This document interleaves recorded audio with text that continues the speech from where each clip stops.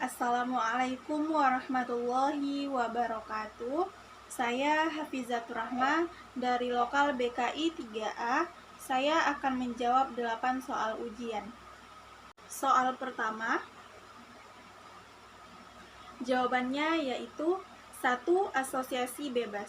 Mengupayakan klien untuk menjernihkan pikirannya dari pengalaman dan pemikiran sehari-hari, sehingga klien mudah mengungkapkan pengalaman masa lalunya. Yang kedua, analisis mimpi, yaitu pengungkapan klien tentang berbagai kejadian dalam mimpinya, dan konselor berusaha untuk menganalisisnya. Yang ketiga, interpretasi, yaitu mengungkap apa yang terkandung di balik apa yang dikatakan klien, baik dalam asosiasi bebas, mimpi, resistensi, dan transferensi klien. Yang keempat, analisis resistensi, yakni penolakan yang ditujukan untuk menyadarkan klien terhadap alasan-alasan penolakannya. Yang kelima, analisis transferensi, yaitu mengalihkan berupa perasaan dan harapan masa lalu. Soal kedua, jawabannya adalah Neo-Freudianisme adalah pendekatan psikoanalitik yang berasal dari pengaruh Sigmund Freud, tetapi memperluas teorinya ke arah aspek sosial atau budaya psikoanalisis di atas biologis. Sebut saja salah satu muridnya adalah Adler, yang berbeda prinsip dengan Freud yang menyebabkan pemisahan pendekatan ini. Nah, di antaranya adalah yang pertama, Freud memandang komponen kehidupan yang sehat adalah kemampuan mencintai dan berkarya. Bagi Adler, masalah hidup selalu bersifat sosial. Yang kedua, Freud memandang kepribadian sebagai proses biologik mekanistik, sedangkan Adler termasuk pelopor ego kreatif. Nah, begitupun dengan Albert Ellis, masih berbeda pendapat dengan Freud, sehingga terjadi pemisahan. Albert Ellis terkenal sebagai pemikir dan pencetus rasional emotif terapi, sebuah bentuk terapi yang populer dan banyak digunakan dalam proses konseling saat ini. Pada saat mencetuskan teorinya, dia mendapati bahwa teori psikoanalisis yang dipelopori oleh Freud tidak mendalam dan satu bentuk pemulihan yang tidak saintifik. Soal ketiga, jawabannya adalah classic conditioning adalah proses yang ditemukan oleh Pavlov melalui percobaannya terhadap anjing, di mana perangsang asli dan netral dipasangkan dengan stimulus bersyarat secara berulang-ulang, sehingga memunculkan reaksi yang diinginkan. Sementara behavioral adalah suatu teknik dalam konseling yang berlandaskan teori belajar berfokus pada tingkah laku individu untuk membantu konseli mempelajari tingkah laku baru dalam memecahkan masalahnya. Nah, kaitan antara kedua teori ini bisa kita ambil contoh dari eksperimen yang dilakukan oleh Pavlov sendiri, yang mana behavior mencakup pembiasaan klasik, koneksionisme, dan pengkondisian operan. Pavlov dalam karya tulisnya mengatakan mengenai refleks yang dikondisikan berpengaruh terhadap psikologi behavior. Hal ini berkaitan dengan classical conditioning yang merupakan teori yang menjelaskan bagaimana kita kadangkala mempelajari respon-respon yang baru sebagai sebuah hasil dari dua stimulus atau lebih yang muncul hampir pada waktu yang sama, seperti eksperimen yang telah dilaksanakannya. Soal keempat, jawabannya adalah manusia pada dasarnya memiliki kecenderungan untuk berpikir rasional dan irasional. Ketika berpikir rasional, manusia akan efektif, bahagia, dan kompeten. Jika berpikir irasional, individu menjadi tidak efektif. Reaksi emosional seseorang disebabkan oleh evaluasi dan filosofi yang disadari maupun yang tidak disadari. Hambatan psikologis atau emosional adalah akibat dari cara berpikir yang tidak logis dan irasional. Berpikir secara irasional akan tercermin dari verbalisasi yang digunakan. Perasaan dan pikiran negatif serta penolakan dari diri harus dilawan dengan cara berpikir yang rasional dan logis. yang dapat diterima menurut akal sehat serta menggunakan cara verbalisasi yang rasional. Soal kelima, jawabannya adalah perbedaan dari segi proses konselingnya, yaitu kalau model konseling Carl Rogers, proses konselingnya yang pertama, konseling memusatkan pada pengalaman individu. Yang kedua, konseling berupaya untuk meminimalisir rasa diri terancam dan memaksimalkan eksplorasi diri. Yang ketiga, konselor membantu untuk mengkaji dan memadukan pengalaman sebelumnya ke dalam konsep diri. Yang keempat, dengan pengalaman, individu mencapai penerimaan diri dan menerima orang lain. Yang kelima, wawancara yang utama dalam konseling untuk menumbuhkan hubungan timbal balik. Sedangkan model konseling Tribe and Factor, itu proses konselingnya adalah yang pertama tahap analisis, yang kedua tahap sintetis, dan yang ketiga adalah tahap diagnosis. Soal keenam, jawabannya adalah yang pertama permainan dialog. Teknik ini dilakukan dengan cara klien dikondisikan untuk mendialog dua kecenderungan yang saling bertentangan, seperti kecenderungan orang tua lawan kecenderungan anak. Yang kedua, latihan bertanggung jawab.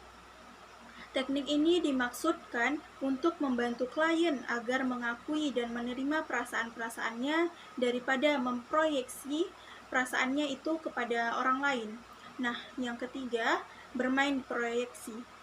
Proyeksi artinya memantulkan perasaan-perasaan kepada orang lain yang dirinya sendiri tidak mau menerimanya. Dalam teknik bermain proyeksi ini, konselor meminta kepada klien untuk melakukan hal-hal yang diproyeksikan kepada orang lain. Nah, yang keempat, teknik pembalikan. Dalam teknik ini, konselor meminta klien untuk memainkan peran yang berkebalikan dengan perasaan-perasaan yang dikeluhkannya. Nah, yang kelima, tetap dengan perasaan. Teknik ini dapat digunakan untuk klien yang menunjukkan suasana hati yang tidak menyenangkan. Konselor mendorong klien untuk tetap bertahan dengan perasaan yang tidak menyenangkan itu. Nomor 7, jawabannya adalah yang pertama nilai-nilai kreatif atau daya cipta. Nilai-nilai ini diwujudkan dalam aktivitas kreatif dan produktif.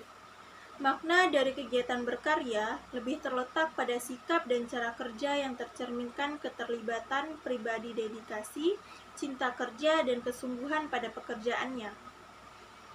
Melalui kegiatan berkarya, bekerja dan melaksanakan tugas dan kewajiban sebaik-baiknya dengan penuh tanggung jawab, dapat menemukan arti dan menghayati kehidupan secara bermakna. Yang kedua, nilai penghayatan. Nilai ini dilakukan dengan mengambil sesuatu yang bermakna dari lingkungan luar dan mendalaminya. Mendalami nilai-nilai penghayatan berarti mencoba memahami, meyakini, dan menghayati berbagai nilai yang ada dalam kehidupan, seperti kebenaran, keindahan, kasih sayang, kebijakan, dan keimanan dapat memberikan arti pada kehidupan seseorang. Yang ketiga, nilai bersikap. Mengambil sikap yang tepat atau sikap yang diberikan individu terhadap kondisi yang tidak dapat diubah atau peristiwa tragis yang telah terjadi dan tidak dapat dihindari lagi. Dalam hal ini, yang dapat diubah adalah sikap, bukan peristiwa tragisnya. Nah, dengan mengambil sikap yang tepat, maka beban pengalaman tragis ini akan berkurang, bahkan dapat menimbulkan makna yang lebih berarti. Soal ke-8, saya akan menjelaskan kembali apa yang saya pahami tentang tugas makalah saya yang berjudul Terapi Gestalt. Konsep dasar dari terapi Gestalt adalah kesadaran. Manusia dapat melakukan banyak cara untuk mencapai sebuah kesadaran. Salah satunya adalah dengan melakukan kontak dengan lingkungan sekitar. Nah, cara mencapai sebuah kesadaran selain melakukan kontak dengan lingkungan sekitaran kita, Yang pertama yakni melakukan meditasi. Yang kedua, lakukan hal-hal yang berarti. Yang ketiga, kendalikan pikiran kita. Yang keempat, memberi sugesti positif. Nah, adapun tujuan dari terapi Gestalt ini yakni membantu seorang konseli agar ia dapat menemukan pusat dirinya, pencapaian kesadaran, dan membantu konseli berani menghadapi kenyataan dan berbagai macam tantangan.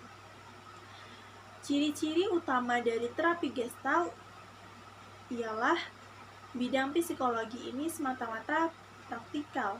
Ahli terapi menggunakan teknik dan teknik tertentu untuk membantu orang ramai, membangunkan kaedah perawatan dan konseling baru, dan mengkaji masalah bekerja dengan satu atau beberapa klien.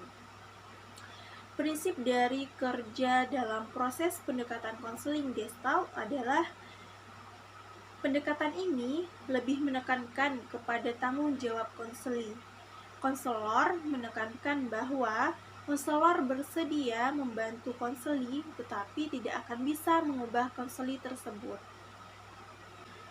Nah, di dalam terapi Gestalt ada peran dan fungsi konselor dalam proses konselingnya, yang mana seorang konselor adalah artistik partisipan yang punya peranan dalam menciptakan hidup baru konseli atau klien. Seorang konselor juga harus berperan sebagai projection screen. Seorang konselor juga harus memfokuskan pada kesadaran, bahasa tubuh, perasaan, hambatan energi, dan hambatan untuk mencapai kesadaran yang ada pada diri konseli atau klien. Seorang konselor juga harus bisa membaca dan menginterpretasikan bentuk bahasa yang dilontarkan oleh seorang konseli atau klien. Nah, di dalam terapi Gestalt ini ada sikap konselor dalam proses konseling, yakni seorang konselor harus terlebih dahulu memfokuskan pada perasaan, kesadaran pada saat yang sedang berjalan, dan hambatan terhadap perasaan klien atau konseli.